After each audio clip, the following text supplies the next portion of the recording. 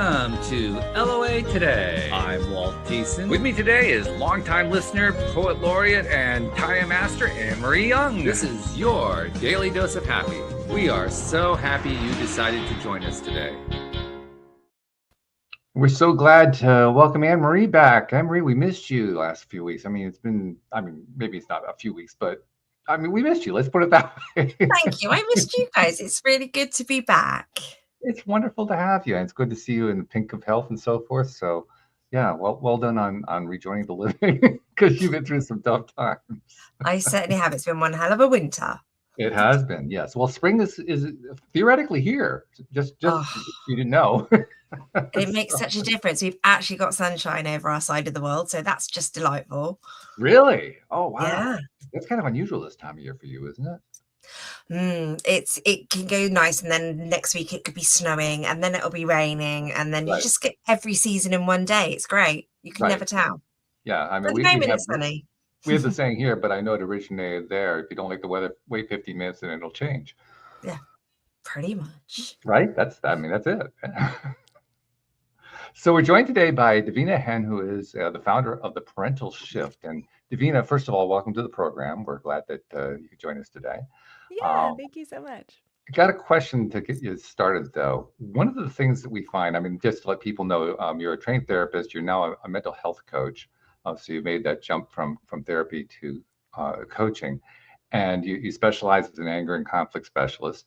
But one of the things that I found, not just with therapists and life coaches, but also with just about every manner of guest who comes onto the show, is that one of the things that motivated them to follow their career path is their own crash and burn moments.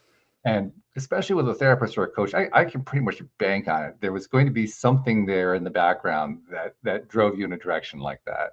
And we love those stories. So if you don't mind, I'd like to know, what was your crash and burn moment? Yeah, well, I've had multiple. Multiple, okay, well, yeah. So you're good at it. That's good. It's nice to have a skill. Getting better at resilience, adaptability, right? But yeah, I think a lot of us that end up in a helping profession, we tend to come from some level of not even dysfunction in a bad way, but more so just always wanting to be the one to mend and help people repair and kind of mediate. And so that's what got me into the field in general. And then during my training to be a therapist, there was just a lot that I didn't love about it. It didn't quite work for me, just constantly focused on diagnoses and these larger labels when a lot of us just aren't taught emotional literacy or coping skills. And so that was one of my big, oh man, I am lost. I have no idea what I want to do with my life. This isn't what I want to do anymore. And so there was a bit of a crash and burn there within my identity. So that is what brought me into the coaching space, where I went into anger management in an attempt to fix my husband because I saw that he could use it and he wasn't quite open to doing the work at the time. And so my logic as being this permanent fixer was, okay, well, I will go and learn, and then I'll infiltrate from within and I will fix this man. And so that was part of it. Once I was in it, I learned that I was also contributing to the problem, that I also had my own stuff that I didn't quite realize. And so that launched so much of me doing this work, not just villainizing him and kind of letting him take center stage. It was me recognizing how I contribute poorly to our overall dynamic and our marriage. And then what got me into parenting and working with parents, especially within the first 10 years or so of their parenthood, is when my husband and I became parents, and it overwhelmed our ability to cope. We didn't know how to do this properly. We didn't know how to communicate properly, manage the stress together. And that was the ultimate crash and burn that led to us nearly separating 4 years ago.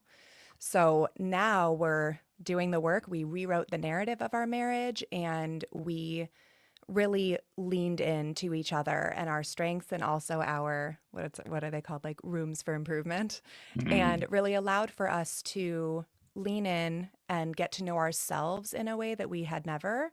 And that's kind of what brought me here today. That's very good. Yeah. Isn't it always the case? We want to do something to help improve our significant other, And we kind of skip over the part where we have to improve ourselves first because we really can't help somebody else unless we're there. No, but it's so much easier to see them and Oh see yeah, what of they need to course. work on because it's like you're standing right in front of me. And yeah, I oftentimes say that we can't read the label from inside the jar. Yeah, And good way so to we're describe it. constantly telling Yeah. everyone else their ingredients and what's kind of not quite right Yep. in theirs. Yeah. Yeah. Yeah. We're experts at other people. Oh, yeah. Yeah. And then when our image is skewed, right? Like I was in school for counseling to be a therapist and was so sure that I was a self-aware, emotionally intelligent human, and I just Hmm. was not. And Mhm. so that was a bit of, there's just a lot of identity crises that I think happen in your mid to late 20s, 30s that no one prepares you for. And when a lot of us are having kids at that age, of course. Well, sure, yeah, but I maybe I'm reading this wrong, but I found that most this is a little bit of a generalization, but most people who go into therapy do so because they're trying to figure out their own families. But that doesn't sound like it was the case with you. No, I mean, oftentimes it's rarely, in my experience, it's kind of been rarely that. It's more so, how can I help other people so that I don't have to focus on me? Oh, okay. Yeah. So it's usually us kind of doing that from the time we're young. It's emotionally monitoring other people, doing what we can to fix their experience so that mine can be more peaceful. And Yeah, there's then, a very common theme. That's not just among yeah. therapists. That's like society wide. Yes, yes. Yeah. And so then we're kind of left with this like, Mm. oh, okay. I do kind of have to focus on myself. Yeah. Yeah. It's actually astonishing. When you look for it, it's astonishing just how widespread that is. And then when you look in the mirror and you realize it's you too, it's like, oh crap. Nobody wants to face that. Yeah, I think that there's also kind of this misconception of people within a helping profession that we don't struggle through these things. And that if we have this education and this training and all of this, then like our lives and our marriages must just be perfect. And no, we oftentimes are, every one of us needs our own provider, and surgeons don't operate on themselves no matter what schooling they have. And so there really is that part that we still need someone else to work with and to work with me. And so I always tell people, when you're looking for a coach, a counselor, a therapist, whomever, if they don't also have their own provider, it's a massive red flag. Once again, the value of mirrors. Yes, yes, absolutely. I'm often surprised, like, why aren't mirrors more popular merchandise? Because they're so useful to so many of us in life. It is. Yeah, and my husband is Lifetime Food and Beverage, and we had learned about this study that if you put mirrors on the back of bars, people are less likely to lead with aggression because nobody wants to see themselves behave in a poor way. Interesting. And so that's why we see so many more bars adding mirrors there. Now, I wonder how many people who run retail outlets are going to notice that study and start applying it, because that's not just going to be bars. That's going to be any kind of customer outreach. Yeah, I mean, I think it should be, kind of. Yeah. There is something there about, it's one thing to act unhinged over the phone or the internet or like when no one's looking at you, and a whole other thing to know that I can see myself in a way that I likely don't see, right? Like I'm a passionate speaker, not an aggressive speaker, but then when there's a mirror in front of me, it's like, ooh, no, I really am coming through as quite aggressive. You're also giving me another idea. Today, we're used to the idea of having online support for X, whatever the service is that you're offering to the public, and especially with the larger companies, the corporations. They have this pool of people spread out around the world who are doing chats, text chats. It makes me wonder how much less negative feedback would they get if they did video chats where the person getting the support could see themselves on screen. I'd imagine much less. I would think. 100%. And it's also even if you could see who you're speaking to Yeah. and who you are giving that negative feedback to, it's really easy to do so when they're kind of just this blank canvas that doesn't quite have these features. Oh, yeah. And then a whole other thing to do it to them face to face. In fact, you're making me think back to when I started recording this podcast using the video technologies. I think we first did it using, what did we use first? I can't remember which platform it was, but it was the first time that we could actually see each other as we were doing the shows. I have a feeling around that time, that's about the time when I came up with the idea of adding your Daily Dose of Happy as the subtitle. I can't say that that's exactly true, but I wouldn't be surprised because I was seeing myself and realizing, well, what am I actually doing here? Well, and there's an energy exchange. There Right? is. There has to be that. And now I'm a full virtual provider, and so that's been a really big shift for me, and missing the energy exchange of being in person with people. There really is kind of something that feels like it lacks that.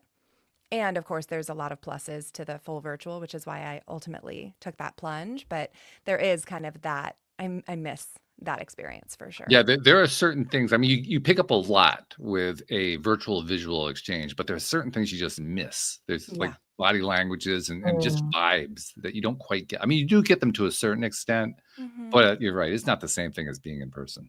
Yeah, no, for sure. Yeah. So, okay. Anne Marie, when Davina was talking about her own crash and burn moments, particularly those leading into when she was dealing with her husband and dealing with becoming a parent and so forth, I was wondering how much of that was resonating with you. Well, I think when you have these life-changing moments, they really do kind of take you out of the norm, and they address, like, things show up, don't they? Like when you become a mother or a father, there's so much impact. There's lack of sleep, and there's new humans to look after, and it just brings up, you're no longer having to be so self-absorbed because you have to look after other people. And that's when I think, for me, certainly, I learned that I was more patient than I thought I was, but actually I also learned other things about myself. And it's just, it's navigating. I mean, with me and my husband, we've always been quite good at communication. So when these things happen, but I'm not going to say things didn't fall apart at times, because it certainly did. But that's when you have to you're right, you have to look in the mirror, and it's not just one person. It's two people who are making these mistakes together. And it's, can you get back to that meeting place? Yeah, I think I've changed so much since I became a parent, and a lot of it was holding each of us to previous narratives that no longer matched who we are. And so I would hold him to standards or expectations or assume his thought processes in ways that didn't align anymore. And so when we nearly separated, when we chose to really lean into the marriage and rewrite it, we fully introduced ourselves, like reintroduced ourselves to each other, and shared where we think the old narratives are coming back through, and where we could, how we could find and replace those with something different. He also is now sober from alcohol. So that, of course, was a massive thing that Congratulations to him. Saved. That's big. Yes, I'm so proud of him. And in 5 days is his 4-year. So I'm fantastic. Wow. Yes, I'm so proud of him. He is amazing. He's now certified in anger management as well. So we sometimes do some things together. But yeah, I mean, it took both of us being open to doing that work and being willing to look in that mirror and see our blind spots and see our ugly and see the things that aren't the cutest things to address. But at least if we know where they are and what they look like, we can modify them. And we had to not only do that for ourselves, but allow the other one to do that too. There was a lot of resentment, pent up, regret and anger and all of these types of things toward each other, the injustices that both of us felt like we experienced. But it took us being able to address those head on and say the gross stuff out loud and still be accepted by each other, and give the other one room to continue to mess up, but know that we were on the same track, working toward the same goal, which was ultimately healing a lot of the things that we experienced so that our kids don't repeat it. Yeah. You're just getting to understand each other, because if you're attacking somebody, even in your mind, like this is your fault, you're making me feel like this and this and this. But by trying to understand their perspective and then figuring what's going on with you, then it just opens it up, doesn't it? Yeah, I mean, I went from, focusing so much on he's drinking. Why is he drinking so much? Why is he so angry when he drinks? And all of this, instead of what is he running away from? Or what is he running toward? What am I missing here? And in retrospect, the one thing that I really would have liked to do differently was place less emphasis on the problematic solution to the underlying problem. But it's why he's considered an alcoholic, an addict, these types of things, versus a trauma survivor, versus somebody who is working through learning how to cope with things that overwhelmed his ability to. And that's why I think a lot of us get into these traps of focusing so much on the solution, the shopping, the anger, the sex, the love, whatever these things are that we are either running away from and to numb ourselves, or running toward in an attempt to fix.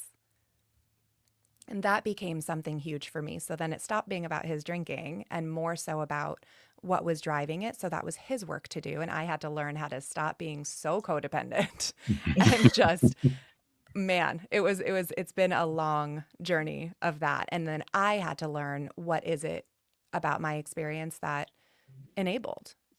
What did I think I was trying to accomplish? And while it was with good intention, it had poor impact and it prolonged these things until we ended up in a crisis. And while now we lovingly look back on that and we're so deeply grateful for it, it was gross and it was so hard, and it completely destroyed so much of what we thought was who we were.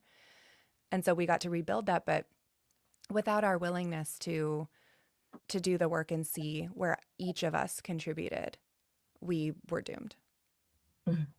Yeah, that's a theme that plays out over and over in terms of the guests we have here on the program. The crash and burn moment is not one they ever want to go through again, but they're grateful for it. Like, that's where we did all the best learning. That's where all the good stuff happened that came out of it, the amazing journey that came after that we could never have anticipated. Everybody agrees on that. It's amazing. I know, you don't find isn't many it? things in life that everybody agrees on. That's one of them. Yeah, and that's kind of one of my coping skills now, is whenever something, not great is happening, instead of my previous self of being like, oh my God, what are we gonna do? This is terrible. And like kind of going into like that like anxious freak out.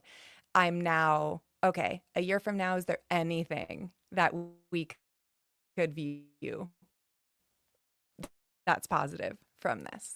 A year from now, will this still affect us to this depth? And really kind of try to pull my timeline out of it so that I don't just get trapped in the here and now and scared of what that might mean. Yeah. Now, you're the founder of the Parental Shift, and you have shift Especially in all for our capital kids. letters. That's HIFT. That usually means there's an acronym with a bunch of stuff that it stands for. So let's find out what that is. Yeah, we love acronyms in the personal development world. Absolutely. Yeah, I so mean, the if name somebody of my comes on the show and they don't have an acronym, I wonder, like, what is there something wrong? What's going on? and they're constantly changing too, and so it's just, it's one of those in the middle. But my practice is named A Steady Space because I really wanted people to come into a place where they could just find some balance and go back into the world. I'm not a big advocate for the chronic therapeutic model. And so that was that part. And now the parental shift is the first part of this shift experience, which of course the acronym is where we start, which is our S, which is our self. So our self-awareness, our self-attunement, our emotional intelligence, just really learning about us, because we're not going to focus on other people first, right? So that's where we start. And then the H is just healing from some of that. It's usually healing from the BS of it. And it's not just doing like the deep soul destroying work and soul rebuilding work that we typically think of when we talk about healing. I more so am talking about even these micro healing moments where we get to go back and repair and apologize, or even just acknowledge within ourselves that the previous way that I was responding or reacting just didn't quite work. and what was I really looking to achieve from there. And so a lot of the healing is just accepting that it's existing, that that part of me existed, that it still might, that these things happened, and being able to move through them instead of just bogged down by the fact that they happened at all. And then from there, we innovate. So that's our I. We innovate something, usually within our communication, in the way that we communicate with ourselves, the way that we talk to ourselves, the narratives that we carry about ourselves. And we try something new and different, like the parental shift and these types of things, that allows for us to create more resilience, adaptability, and then the fortitude that is our F. And it's really just the belief that I can do this. A lot of the time we want the result. We want to live our lives differently, but we typically get caught up in not knowing if I'm capable, not believing that I'm worthy of that, not knowing how I'm going to fix our entire family dynamic in one fell swoop, right? And it's really just reminding ourselves that it's really small things incrementally over time. And that's, you know, the entirety of what I do is about empowerment, right? I'm really working to help all of us feel empowered enough to do the work, say when enough is enough, recognize when we're sick of our own stuff and when we're ready to do something different. And then ultimately we get into the T of transformation. And again, not like this entire top to bottom, you know, thing. It's more so these small transformations over time that then start to rewire us and start to feel that much more automatic. And of course, the great thing Yeah, about that's the a parental whole thing. shift, the labeling of the parental shift, is that it's a reminder that it's the parent that has to shift. It's not the child, it's the Yes. parent. Yes. Yeah. Yeah, I mean, it's the research that we're seeing on this is wild, that when kids go to therapy, counseling, coaching, find mentorship, whatever this is, they benefit greatly. And then they go back into their homes and it doesn't get erased, but it definitely doesn't get reinforced. And that becomes the harder part. So then when the parents get in, the outcomes are exponentially better. And what I'm doing here within the parental shift that's different, because I'm not a child development expert, I'm not a parenting expert. This isn't about how to parent or parenting styles or gentle parenting or, you know, sleeping and these types of things. This is about really bringing out the parent that parenthood buried. This is about focusing on the person that is within that so that then our kids can benefit by proxy. But this isn't just about our kids. And like, how are you going to handle their tantrum? It's like, well, no, it's what am I going to do within my internal system to regulate myself long enough and hopefully continuously enough that I can model that for them. And I so can think, this is really a place for us to kind of reclaim ourselves and decide and recognize who we've kind of morphed into, that we don't even recognize ourselves anymore. And I wouldn't even know what it would look like to recognize myself at this point. I can think of somebody I know, and I've even mentioned them a few times here on the show, who pretty much embodies not doing that, not doing what you were just describing. Can you It, tell me more about that? it's What does a that mean? it's a pair of parents who have a daughter. I believe they also have a son, but somehow he seems to keep himself out of it. I'm not quite sure. I haven't figured that part out yet. But the daughter bears the brunt of all of the parents' stuff, and the parents' stuff is usually about being right and being in charge. And the daughter has learned, here are the different things to do about being right and being in charge. So she does the same thing, and then she gets in trouble for it. And it's just this Yes. ongoing dynamic. And I keep waiting for the day where I hear the parent shift their behavior pattern to, okay, I'm the one who's encouraging her to be this way. I'm going to behave differently and just throw her off. And I keep waiting for it. It never happens. It may show up one day. I Yeah. don't know. Yeah. I mean, it's hard. I think a lot of us are raised with some of these antiquated thoughts that we shouldn't have to apologize to a kid or recognize the thing. I'm perfectly fine the way that I am with it, and that's just they're too bad.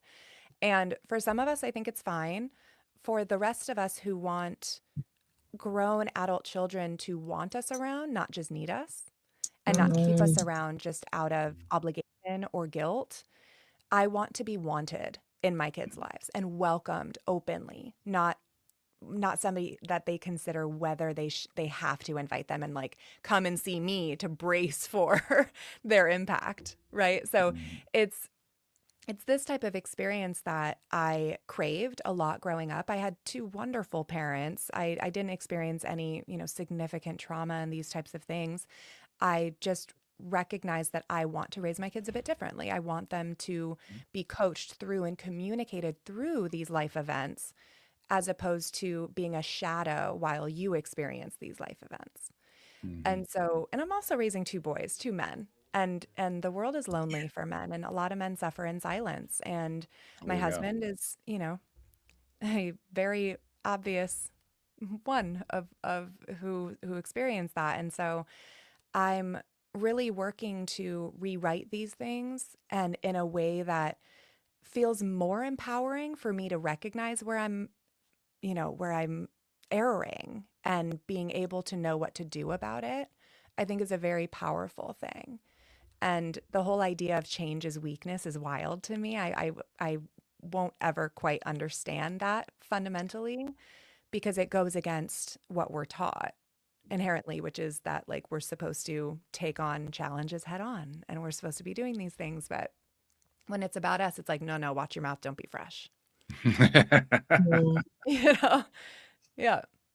So our kids have benefited greatly. I was just talking to my nearly 8-year-old about this recently, about the changes that that my husband and I are working through, and what changes he's noticed. And it's been incredible. We're seeing their behavior shift over time. They're able to regulate more over time. It's not yelling at them to calm down.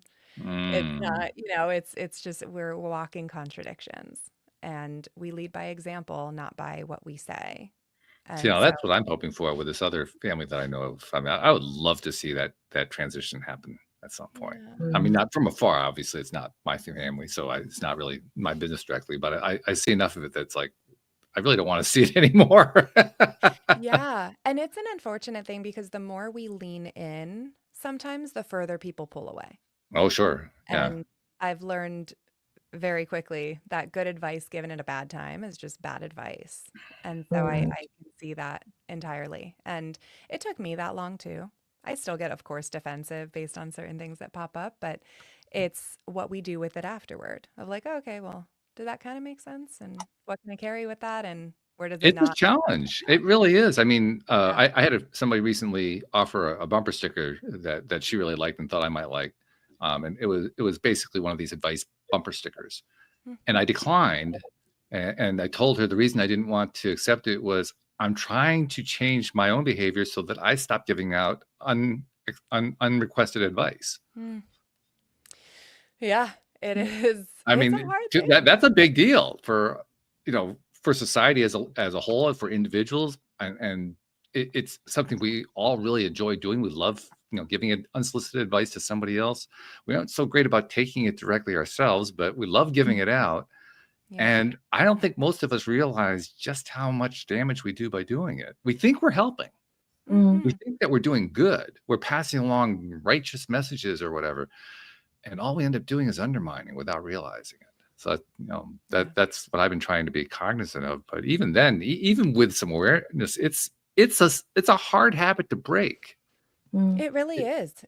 And really, again, it's with the best of intention. The impact is just poor, So it's about working through those types of things. But I commend you for being open and knowing that you want to make a change in the way you're presenting. I mean, even just declining that, I think, is a really big shift already. Well, yeah. Right? It's going to be these smaller, more incremental things, as opposed to this, like, remember what was that show where they did like that full makeover? It was like Black Swan. No.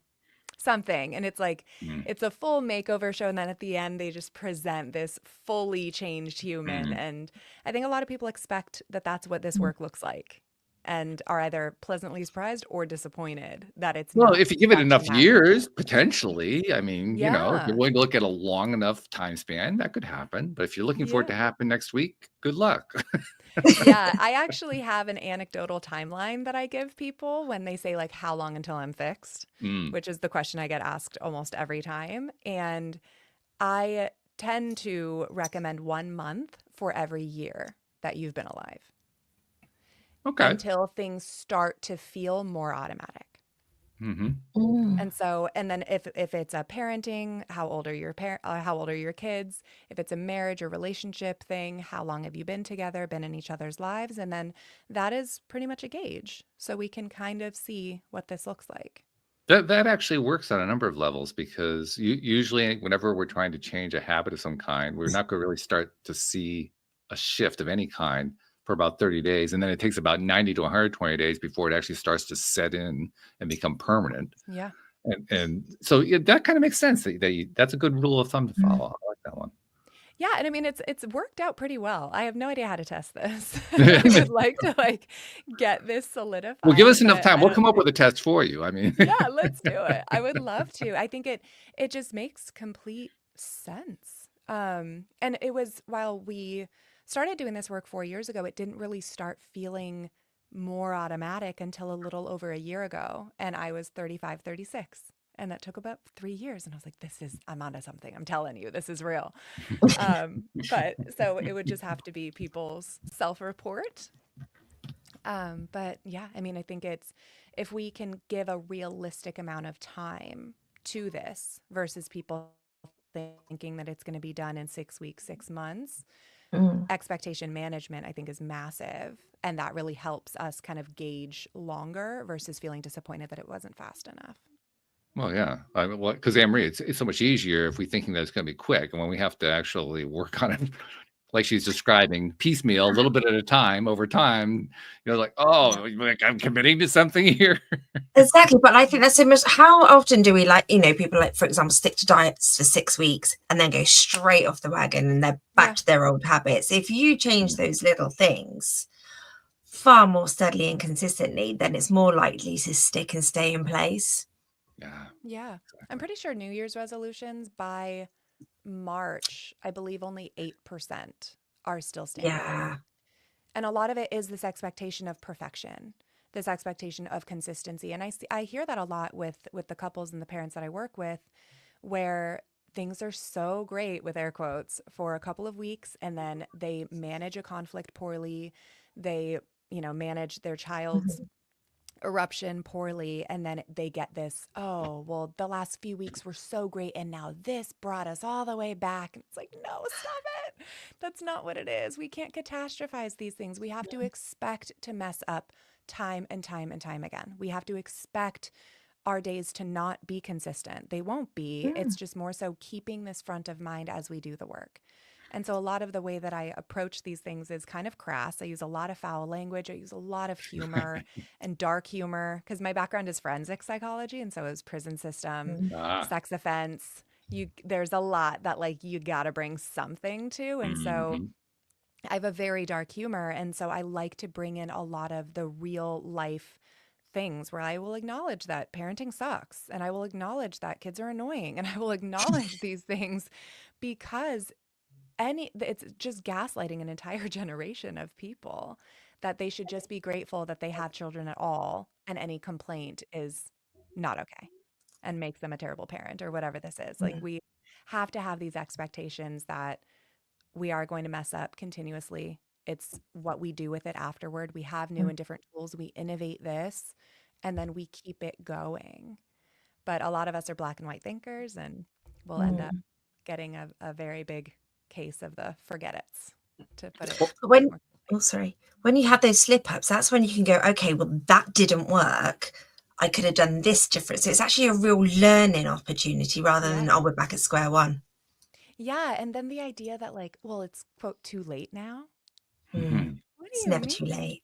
Are we both still here breathing? Are we still both with us?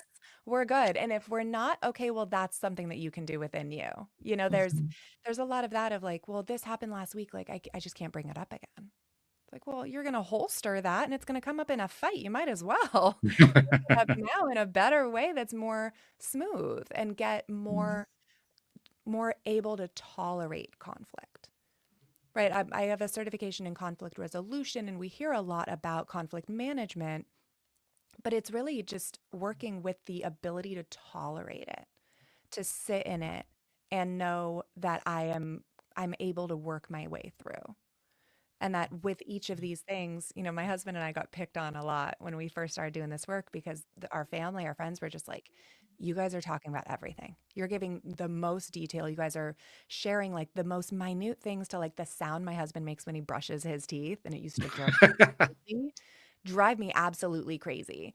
And so then I started saying like, hey, are you open to hearing something that kind of bothers me? And he's like, yeah, what's up? And I'm like, well, sometimes you make this noise and it kind of bothers me. And like, are you aware of it? Would you be open to changing it? Maybe I'll brush my teeth in a different room and I don't want you to be offended.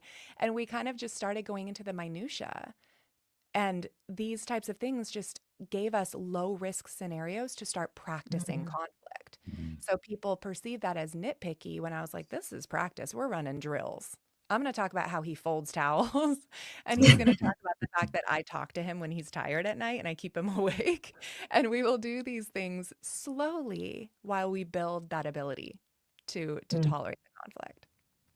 A lot of the time we jump right into the big stuff and it's like, no, we're not equipped. We're not going to go straight to the Super Bowl. Like, run some laps. Let's do some drills. One of the things that has often not surprised me, but made me wonder, let's put it that way, is you made reference earlier to, well, you should be appreciating that you have children. You should appreciate all this kind of stuff, which is great stuff. But you also you need to let out what's going on. You got to be real about that kind of thing. And the part that has always confused me is, why is it one or the other? I mean, it seems like we're handed, you either have to do this or you have to do that. You can't have them both. I don't quite understand that one. I don't either. I don't quite understand it. I think a lot of it tends to come from toxic positivity where like the intention is really good. And also we don't know how to tolerate these things. A lot of us don't know how to accept multiple truths. And that's where I think we fall within this cognitive distortion of the black and white thinking. Because that's also how people speak to me, right? Like I'm active on socials. I get a lot of people with a lot of big opinions about, oh, I must not love my kids because I called them annoying, or these types of things. And it's like, what? Right? It's this acceptance of multiple truths. And so when we start doing this work, one of the very first things that I have my clients practice is doing and instead of but as often as they can. So that it's not I love you, but I'm mad at you. It's I love you and I'm mad at you. It's that you feel this way, but I feel that way. It's like, no, they don't contradict each other. You feel this way and I feel that way. It is That's these powerful. kinds of things. It's the smallest shift and it changes a lot of the way that we view these things to be able to just accept multiple truths. And if we can do that, we then have people like me who can say, I love and adore my children. I was not built to be a parent. I wasn't born to be a parent. That's another anecdotal theory I have. But I was not born to be a parent. I don't view the world through the lens of a parent. I'm looking at my sister who was absolutely born to be a parent. I'm like, oh, you do? Okay. Oh, okay. You decorate for St. Patrick's. Okay. So like little feet. Okay, cool. Like I don't know how to do these things. And a lot of the time, I can now say that I wasn't born to be a parent. I adore my children. I think the world is genuinely a better place because they exist within it. And there are times that I resent parenting. I resent the responsibilities of it. I'm resentful of the 20-something that made this choice that now the 30-something has to live through. And it's this type of multiple truths and being able to just acknowledge that they exist without thinking that they have to mean something so much bigger afterward that is essential. And then that black and white thinking of, oh, okay, well, if you resent the previous version of you, you must wish that you never had your kids. And like, oh my gosh, what a terrible mother you must be. And it's okay. I can't fight that. That's wild. And I understand that where these things come from because there's a fear of children being unloved. and the fear of them feeling it, Mhm. and And us lying to ourselves constantly and shoving down the feelings that we actually feel are going to make our children feel unloved, because we will continue screaming at them and spanking them and punishing them and isolating them and judging them. That's the roundabout way that these things end up manifesting anyway. And so Yeah. I talk to my kids often about what it's like to be a parent, and the beautiful parts and the not so beautiful parts, the parts that I don't mind doing, the parts that I hate doing. And it just humanizes the experience. And so I want them to know what they're getting into. I was raised by a person who was born to be a parent. My mom was yeah, born to be a parent. And then I became one, and I was like, oh, this sucks. I don't like this. Like, this is not, it's not for me. Is there a return policy? Like, how do I do return policy. this? Yeah, Like, right. it was just, I was shocked. And if I can imagine many of us are too. And that's where I want us to have a place where we can go and share these things and not be judged and not feel gross for saying them, because I'll be the first one to admit it. So then you can just like nod along. You don't have to worry about saying anything too unhinged. I think kind of a way to summarize the topic we're discussing is most of us are willing to accept that life is messy. Not so many are willing to embrace it. Yeah. Yeah. Because that's really the difference. I mean, okay, yeah, I get it. Life's messy. Now, can we please clean it up? What are we going to do about it? Yeah. As opposed to, okay, life's messy. I'm willing to embrace that. I'm like, yeah, okay. Some of the time I got it. Some of the time I don't. That's the harder one to get. Yeah. And that's why I think a lot of it comes into the S and the fortitude, like the self and the fortitude, is that we often talk about depression, anxiety, and depression is really a disease of the past, and anxiety is a disease of the future. And a lot of the time we can feel anxious about these things. We want the mess to be cleaned up faster because I don't know how it's going to get done. I don't have a lot of faith that I can do it. And I don't know how I'm going to be supported in the way that I need to be supported in order to move through it. And so if we can embrace it, if we can say, yeah, this is messy. Yeah, like about to get on a flight with these kids, it's going to be horrific for the next 4 hours. And anything better than them just like tearing hats off people and pulling the woman in front of us, her hair, like anything other than that is a win. And really acknowledging this setup. I suffered deeply in the early years of parenting because I had these expectations that my kids should just like sit still, be quiet. And then any peep was like, and then now it's more so, okay, all right, this is going to suck. They're going to be trapped in the car for hours. What can I bring along that will remedy these things when they come up, instead of me just yelling at them and telling them to be quiet? It's working against what it is that I want them to experience and feel as they're growing up. Yeah. The fact that life is messy in all of its forms, not just in parenting, but in all of its forms. I don't care what area of life we're talking about. Messes prevail. Welcome to the 3D world. Yeah. That's just the way it is. Yeah. And I just wish people were more comfortable talking about how messy these things are, and not just like you're never going to sleep again, or, oh, you got your hands full. And it's like, no, this sucks. I'm screaming inside. Like, I don't know how to navigate this. And it's because of these platforms on social media that I really love about it, because it does give us some room to make us feel seen and heard and understood. And there's just, I think the current model of parenthood, of marriage, of life is a trap. I think it's a bait and switch. And then when we are upset that we got switched and that it didn't match our expectations, it's like, well, that sucks for you.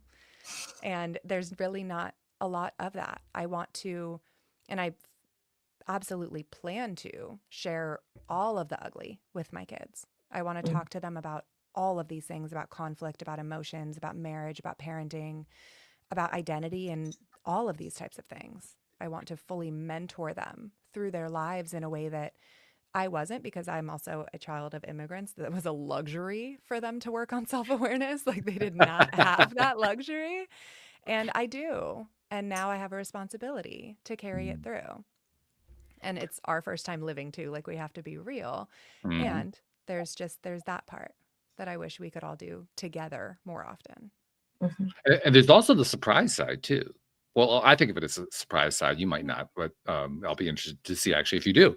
But Yeah. to me, the surprise side is where you finally find a way to embrace the mess, embrace the messiness. And when you do, things start to get better. Yeah. And the messes start to actually clean themselves up, Yeah. which can be a little confusing. Yeah. Well, because our expectation changes, Yeah. right? If I expect to be, a lot of the time I get frustrated when I'm in the middle of a task and it gets interrupted, because I had the expectation, whether I recognized it or not, that I should be able to complete this task start to finish without interruption. Mm. So then any interruption just pisses me right off. But if I go into this saying, okay, I'm open, right? And my life is just going to be a massive interruption. Let's be real, like everything is going to be. And if I go in and say, okay, it'd be really nice if I could read one chapter of this book, and I'm also trying to do it when the kids are awake and they're obsessed. Thankfully, I'm still the center of their universe. I love this. It's going to be, okay, let me see how much I can get through before. And it's these types of things that then come in. So then if I am able to get through more pages than I expected, it's like, ooh, that's pleasant. That's nice. And it really is affecting these things. And then the pushback I get is like, oh, so you want me to just lower my standards? Lower my standards for my partner, my behavior from my kids, myself. And no, you just set unrealistic ones from the get. So we're not lowering them. We're modifying them. We're putting them back where they not should have. We don't want to should on ourselves. Nope. Back where we would have benefited more greatly from setting them from the get. Yeah. And so it's a modification, not a lowering. And again, if I'm measuring you by the rubric that I created, am I measuring myself against that same rubric? Yeah. That's a great example. That kind of pushback is an excellent example of not accepting and not embracing the mess. Right? Yeah.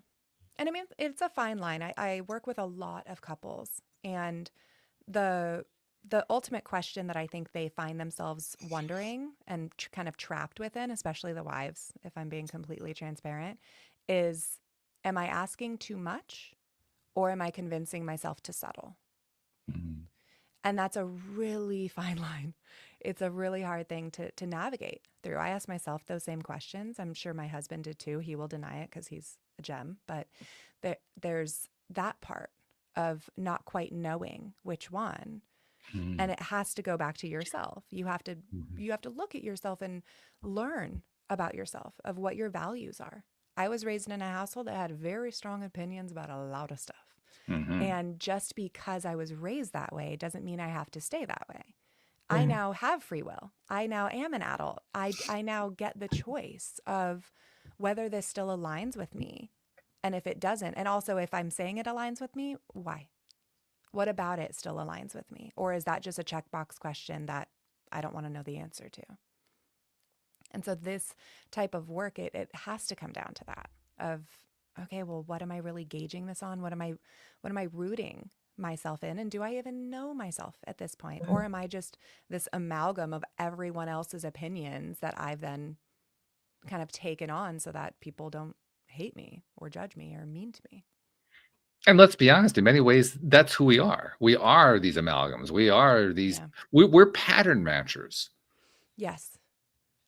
Right? We identify patterns from our parents, from our teachers, from our peers, from our coworkers, our bosses, and then we integrate the ones that we feel really match up with us, and we throw out the rest of them. We say, okay, I've got it all figured out. And then the pattern changes. Yeah, and then we lose ourselves. Yeah. Right? And so much of what we're doing now and the work that I'm encouraging and challenging other people to do is to just figure out where we're starting from now. Right? A lot of therapy is in the past, it's our childhood, these types of things. Of course, they matter. They matter in massive ways. And we are here. We are where we are at here. And so what patterns can we recognize, and what do we do? Like, how do we want to move through them?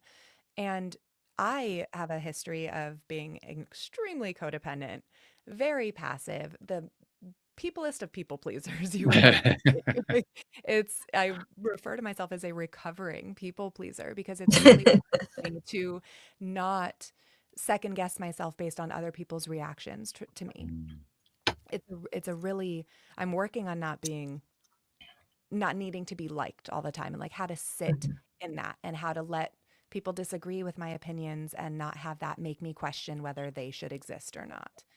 And that is such a massive thing that when I got to this person who's, 32 with 2 kids, young kids, I think they were 1 and 4 at the time, and on the brink of separation, divorce, I was just like, oh man, like, what, who, how, what, like, how?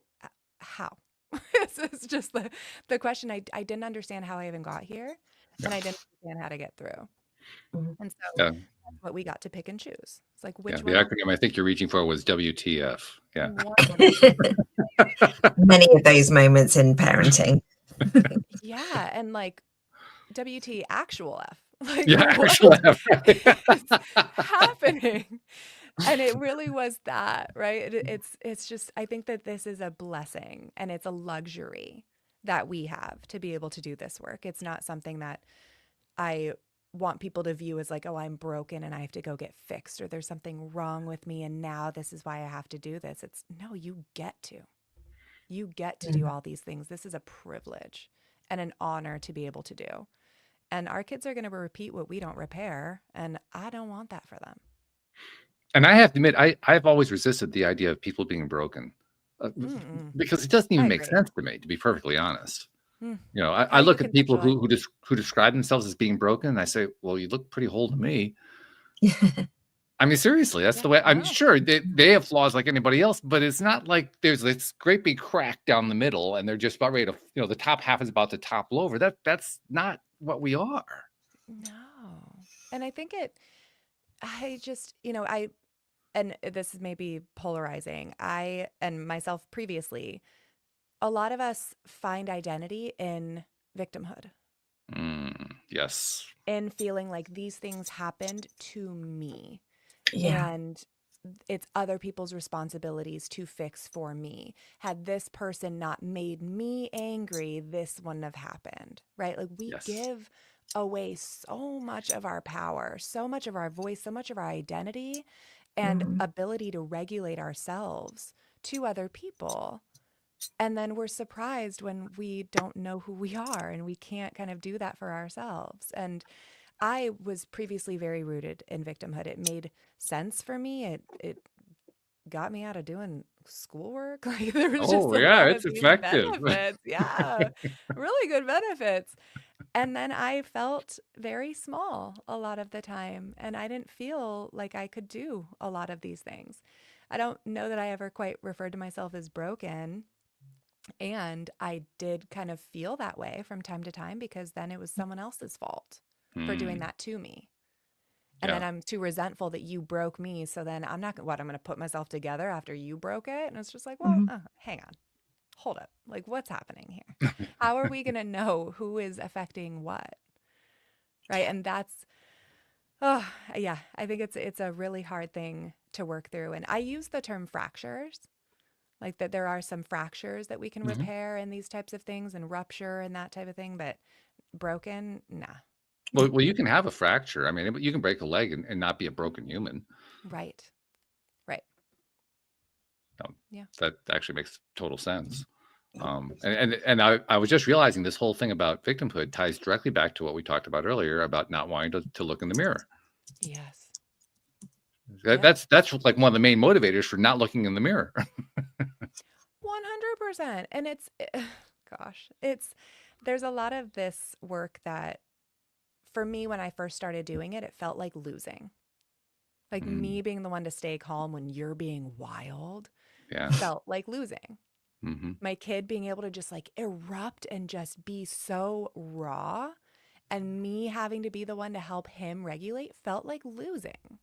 Me recognizing my errors and going to someone, and namely my husband and my family, and saying, hey, like, here's where I messed up, felt like just the ultimate low of losing. There wasn't a lot of pride that I had in doing any of those things. And now it's the utmost. It's knowing that I am in control of myself and I get to decide what happens and what I do with my body and my voice and my thoughts and my narratives and my actions is the most powerful thing. And that also means that I carry the full responsibility for when I mess up. And now I know what to do with it. I know how to not just stomp on myself, making my language cleaner. I know how to not do that because now I believe that I can do all of these changes. I've gone through enough of these little shifts that I know I'm capable of seeing it through. I know that I can do these things. But when I used to say like, oh, well, my husband's the reason why our marriage is poor. My kid is just, he has really big feelings and he's just so sassy and la da da. It just gave away all of my power. And no wonder I felt powerless and super weak. Well, I know we're all very grateful that you have gotten your shift together and that you're helping other people get their shifts together. And that's a wonderful thing. Yeah, absolutely. One of the things that always happens on this show is we like to kind of make a barometer of, how's the show going? If it's going really well, it flies by. If it goes really slow, it's like, oh my God, 20 minutes, 25, 30.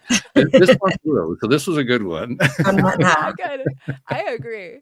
This was wonderful. But it also is a little frustrating because it means, well, we have to draw to a close here at some point. So we have like 3 things we like to do at the very end of a show. And one of them is we like to find out, well, okay, Davina Hehn is actually pretty cool. She's got her shift together. There may be people who actually want to find out more about her and maybe even reach out to her. We should probably let them know how to do that. Yeah, that's fair. Yeah, we should definitely do that. One, I've learned that if they want to find me, they will.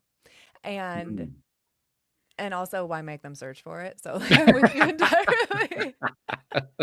So we're launching the parental shift. We welcome new parents, not just couples. It's single parents too. It's anyone who wants to do this work. Yes, it's all around parenting, but it could be anyone. We welcome them on the 3rd Thursday of each month, and so we're constantly rolling through. And that's the parental shift. You can find me on quite literally any social media under A Steady Space is the name of my handle, and my website, all of it. And we'll get a link to the website in the show notes too to make it easy for people to find that as well. But yeah, it's important. I mean, yeah, I see why you want people to search, but we could always make it easy sometimes too. Why not? Just to mix it up a little bit. No, for sure. And also in this world where we are so used to getting things so quickly, it's like, I'm not going to search for it. Put it in front of me. Let me click it. I'm the same way. Send me a pop-up. That would be even more. Yeah. Absolutely. Second thing I like to do is I like to turn to my co-host because Anne-Marie has a really great perspective on all of these conversations and just ask her to kind of tie it together. And I'm curious to see how you are going to tie it together, Anne-Marie. I know you've given it some thought, but what's your tie-in today? I've been on a journey of 30 years reflecting on my life through this conversation. Totally agree on that. Sometimes parenting is quite shitty, but it's how you navigate that. And I think something that through this conversation is I'm actually really proud of how just watching my child and learning from her is healing me, how she's dealing with things differently to I would have done at that age, or personally now going, okay, so I'm obviously doing something right because I'm learning how she behaves and I like that and I want to behave more like her as well. So that was one thing about me, is just that whole reflection.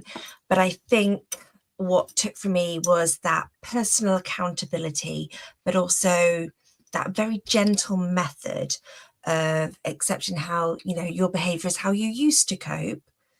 And it's kept you safe at that moment in time, but to reflect on it and grow from it and not punish yourself and just keep moving forward. And I loved that. Yeah, beautifully said. That's exactly what any of this work is. I love it. Yeah, it's good stuff.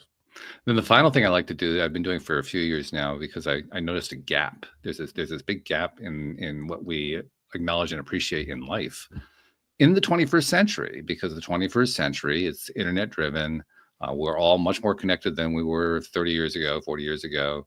We could have shows where Anne-Marie is in the UK, I'm in the US. It's just like this is something that didn't even exist then, and now it exists in a big way. And what has gone along with it is there's a whole marketing thing, putting your stuff out there, getting onto the social media and writing blog posts and getting onto podcasts and doing all this other kind of stuff, sharing all this great information that we've learned along the way, sharing with each other, helping somebody else in some way that we never even find out about. And that last bit, that's the part where I realized, wait a minute, that's the gap. We help people we don't even know about. People pick stuff up from us, and they play it out in ways that we never learn about in their lives, and they get benefit from it. We sit back saying, well, did I help anybody? We don't get credit for that. Yeah. So I say, well, Davina, on behalf of those people you've never met, never seen, and never will meet, and never will see, who you've been helping in ways you don't even know about, from doing all this stuff, putting all this stuff out there, on their behalf, thank you for what you're doing, because you're making a difference in this world. Thank you. That's so kind. It's there is a lot of that. Like, we don't know how far these things ripple. And it's a beautiful thing that that you've created this platform for people to come on and have listeners benefit by proxy, and benefit maybe without even recognizing it, because we get to go into their subconscious. So thank you for that. Our pleasure, and literally our pleasure, because we love having guests like you on to do that exact kind of. We were talking earlier, right, about doing those dives into the rabbit holes. Yeah, I think we spent the entire show in the rabbit hole. Yeah, that's and it was so much fun. Yeah. It's the best. This is why I can't do networking events with a name tag. And it's like, hi, how are you? What do you do? Like, no, let me get into the thick of it. Like, can you tell me about your childhood? Let's go do therapy in the corner. Like, how do we dig in deeper, faster? This is why I love this. Absolutely. We're totally in agreement. So thank you very much, Davina, for joining us. Best of luck with what you're doing, and continue good work with Parental Shift. And thank you. We really Absolute appreciate it. Pleasure. Very much. I appreciate you. And we appreciate our podcast listeners everywhere as well. We'll see you all next time here on LOA Today. Goodbye, everybody. Bye.